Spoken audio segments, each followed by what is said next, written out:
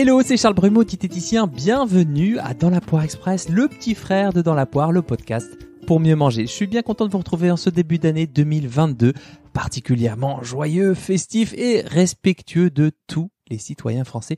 Pour cette année, je vous souhaite que vous souhaitiez des trucs cool pour vous et que vous arriviez à découper vos intentions en petites actions qui permettent de prendre soin de vous. Comme ça, on reste pas dans l'incantation. Alors dans la Poire Express, je vais vous parler de cultiver votre immunité. Et oui, en effet, après 2 ans de pandémie, on a l'impression que l'immunité se réduit au gel hydroalcoolique, aux tests qu'on se met dans le nez ou au vaccin. Or, il existe des mécanismes immunitaires qui ont lieu depuis la nuit des temps dans notre corps et qui serait bon de soutenir à nouveau. Et vu le discours des autorités publiques depuis un petit moment, je pense qu'un petit rappel ne nuit pas. Alors pour lutter contre les agressions, contre les virus, les bactéries, les parasites, notre immunité a besoin de créer des radicaux libres pour détruire ces agents infectieux. Donc ça, c'est l'inflammation, c'est un peu comme quand on se cogne, on a une rougeur et ça veut dire que ça cicatrise. Bon, ce qui est plutôt cool. Notre système immunitaire met alors en branle ces lymphocytes B, les natural killers, les macrophages, les cellules dendritiques. Et tout ça va agir en produisant des cytokines, des médiateurs de l'inflammation. Or, cette inflammation, je le répète, c'est plutôt une bonne chose à condition que le système ne s'emballe pas. Qu'est-ce qu'on peut faire au niveau de l'alimentation ? Moi, j'ai ciblé 3 pistes. C'est pas du tout les seules, mais 3 pistes qui me semblent prioritaires. D'abord, prendre soin de son microbiote intestinal puisque c'est le siège de maturation des lymphocytes effecteurs matures et d'autres cellules qui vont se charger de nous défendre. Concrètement, si on ne parle que d'alimentation, eh bien on va miser sur les fruits et légumes le plus frais possible. Donc les fruits et légumes qui n'ont pas traîné sur les étals pendant 5 jours, si possible bio. Et dans le bio, si possible, issu de modes de culture non intensifs, puisque ça existe aussi en bio. Des céréales complètes, des légumineuses, et ça, ce sont des aliments prébiotiques riches en fibres qui vont fermenter et qui vont nourrir à leur tour les probiotiques, ces micro-organismes composés de bactéries et de levures qui permettent le maintien d'une flore intestinale en bonne santé. Alors on n'oublie pas non plus la couleur avec plein d'épices qui contiennent des antioxydants comme le cumin, le curcuma, le curry, mais aussi les aliments lacto-fermentés comme le kéfir, le kombucha ou le pain au levain selon votre tolérance intestinale. Ensuite, deuxième point assez facile à mettre en place, les graisses de qualité. Pourquoi ? Parce que ce sont des précurseurs des prostaglandines qui sont des substances dérivées d'un acide gras et si elles proviennent d'oméga 6, surtout d'oméga 6 d'origine animale, elles seront plutôt pro-inflammatoires et nous on a vu que ça nous intéressait pas trop puisqu'on cherchait à contrôler cette inflammation et si elles viennent des oméga 3, des acides gras polyinsaturés, là, elles auront une action plutôt anti-inflammatoire pour simplifier. Alors, qu'est-ce qu'on fait ? Eh bien, on consomme plus d'huile de colza, de noix, de cameline, de lin, des petits poissons gras 1 à 2 fois par semaine, des œufs de filière bleu blanc cœur et aussi des noix en entier. Elles passent super bien avec du chocolat. L'idée, c'est aussi de diminuer parallèlement les viandes de porc ou de bœuf issues d'élevage intensif puisqu'elles ont mangé des tourteaux de céréales qui sont là aussi pro-inflammatoire. Après, si vous avez de la viande issue de pâturage uniquement, c'est différent, sauf pour les aspects éthiques, bien entendu. Ensuite, 3e point, parce qu'on aurait pu parler des cuissons douces, d'une alimentation à faible charge glycémique également, mais je voudrais aussi vous laisser en insistant sur 2 points, donc c'est un 3e point qui en vaut 2, le sommeil et l'activité physique. Et oui, dans la poire, ça ne parle pas que d'alimentation pure et dure sur ce que je mets dans mon assiette, mais aussi une vision holistique, globale de l'être humain.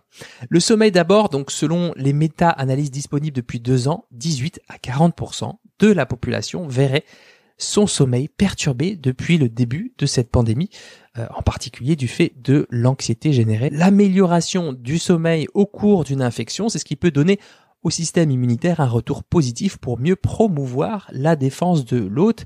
Voilà, je vous en parle parce que un mauvais sommeil, on s'y habitue trop souvent, un peu comme une mauvaise digestion. Non, en fait, un sommeil de qualité, bien dormir, ça vous change vraiment la vie et surtout la vie long terme, j'ai envie de vous dire, la vie en bonne santé, l'espérance de vie sans incapacité.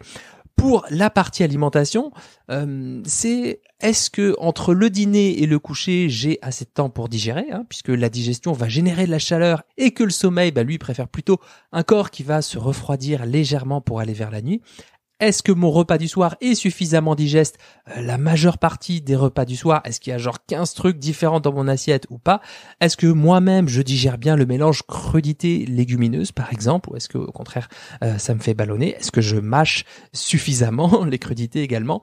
C'est aussi, tiens, est-ce que si je ne peux pas me passer de viande rouge, est-ce que ça serait pas mieux de la déguster plutôt à midi plutôt que le soir?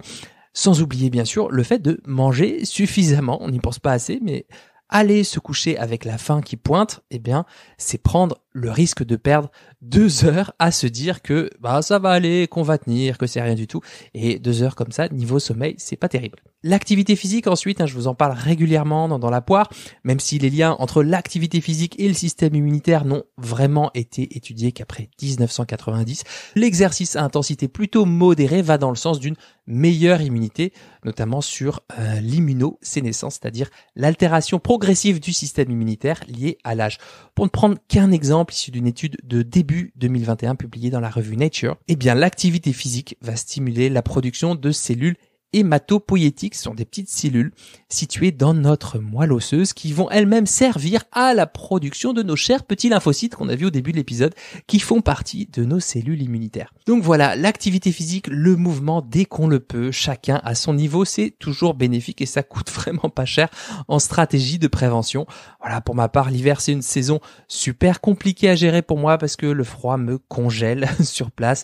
J'ai vraiment aucune envie de sortir marcher, de faire des alternances de marche ou de course, mais pourtant quand j'y arrive, je vous assure que j'ai un regain d'énergie après, un regain qui dure le jour d'après.